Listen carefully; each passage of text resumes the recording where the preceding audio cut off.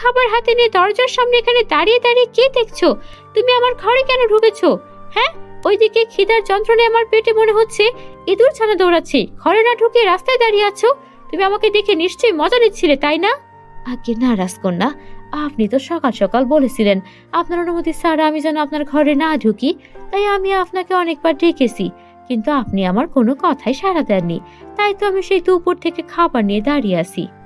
ও ঠিক আছে, এখন এসো, আমার খাবার নিয়ে এসো। এরপর রাজকন্যা লিনার কাছে দাসী খাবার নিয়ে যায়। খাবার দেখে লিনা বলে, তুমি এসব কে নিয়ে এসেছো? আমার এগুলো খেতে একদম ভালো লাগে না। আর এত শক্ত খাবার খেতে গেলে অনেক সময় লাগবে, তাতে আমার গল্পের বই পড়তে দেরি হয়ে যাবে। তুমি এগুলো নিয়ে যাও, আর আমার জন্য কিছু তরল খাবার নিয়ে এসো, যাতে আমার পেটে খুব ভালোভাবে আমার পেটটা ভরে যায় আর সময় নষ্ট না হয়। কিন্তু হ্যাঁ, একটু দ্রুত করো, আর আমার অনুমতির জন্য অপেক্ষা করো না। তুমি সরাসরি আমার ঘরে ঢুকে আসবে, মনে থাকে যেন। যথাজ্ঞা রাজকুমারী।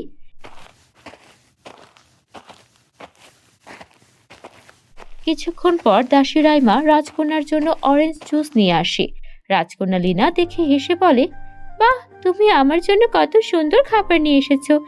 আমি তো এগুলো খেতে পছন্দ করি, আমার জুস খেতে অনেক ভালো লাগে। আর হ্যাঁ, কাল থেকে তুমি আমার জন্য ফলের জুস নিয়ে এসো।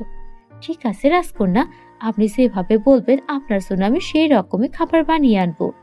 এরপর দাসী রাইমা যখন বারান্দায় গিয়ে হেঁটে যাচ্ছিল, তখন রানীমা ডেকে বলে, দাসী রাইমা, রাজকন্যা লিনার জন্য তুমি কেমন খাবার বানিয়েছিলে যা ওর ভীষণ ভালো লেগেছে? আগে রানীমা, অরেঞ্জ জুস বানিয়েছিলাম, আর সেই জুস দেখে রাজকন্যা ভীষণ খুশি হয় আর বলেছে প্রতিদিন যেন ওনার জন্য জুসই নিয়ে যাই, তাতে ওনার নাকি সময় নষ্ট হবে না, বেশি সময় গল্পের বই পড়তে পারবে। দাসী, এভাবে আর চলতে দেওয়া যাবে না। রাজকন্যা যদি এভাবেই তার জীবন কাটায়, তাহলে একসময় আমার অনুপস্থিতিতে এই রাজ্য ধ্বংস হয়ে যাবে, আর এই রাজ্যে কোনো সহযোগিতা ও সহমর্মিতার কোনো পরিস্থিতি সৃষ্টি হবে না। দাসী, তোমার কোনো জানাশোনা আছে যার কাছ থেকে সাহায্য নেওয়া যাবে? আগে রানীমা, আমার একজন পরিচিত বান্ধবী আছে, তার কাছে গেলে হয়তো এই বিষয়ে কোনো ধারণা লাভ করতে পারেন। কাল সকালে আপনাকে নিয়ে যাবো আমি আমার বান্ধবীর কাছে। ঠিক আছে, তাই না হয় যাব। পরের দিন সকালে তারা রাজকুমারীকে নিয়ে এক পুরনো দোকানে যায়, আর সেখানে এক বৃদ্ধ মহিলা রাজকুমারী লিনাকে বলে, রাজকুমারী, আপনি আমাকে একটু সাহায্য করুন। আমার ঘরে ছোট ছোট বাচ্চা রয়েছে, তারা দুদিনে যাবৎ কিচ্ছু খায়নি। আপনি যদি দয়া করে আমার এই জুতো জোড়া নিয়ে আমাকে কিছু খেতে দেন, কিছু টাকা দেন, তাহলে আমি ওদের জন্য কিছু খাবারের ব্যবস্থা করতে পারি। আপনার এই জুতা দেখতে ভীষণ অদ্ভুত আর অনেক পুরনো লাগছে, কিন্তু হ্যাঁ, এই জুতোর মধ্যে মনে হচ্ছে অ্যাডভেঞ্চার কিছু জিনিস পাওয়া যাবে।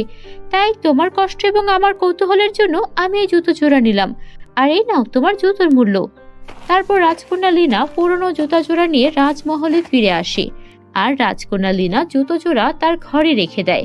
কিন্তু হঠাৎ দেখতে পায় জুতার ভেতর থেকে ঝলমলে আলো আসছে, আর রাজকন্যা লিনা অবাক হয়ে যায় আর বলে, বাহ, এই পুরনো জুতোর ভেতর থেকে কি সুন্দর লাল আলো আসছে, দেখে মনে হচ্ছে সত্যি সত্যি কিছু রহস্য লুকিয়ে আছে।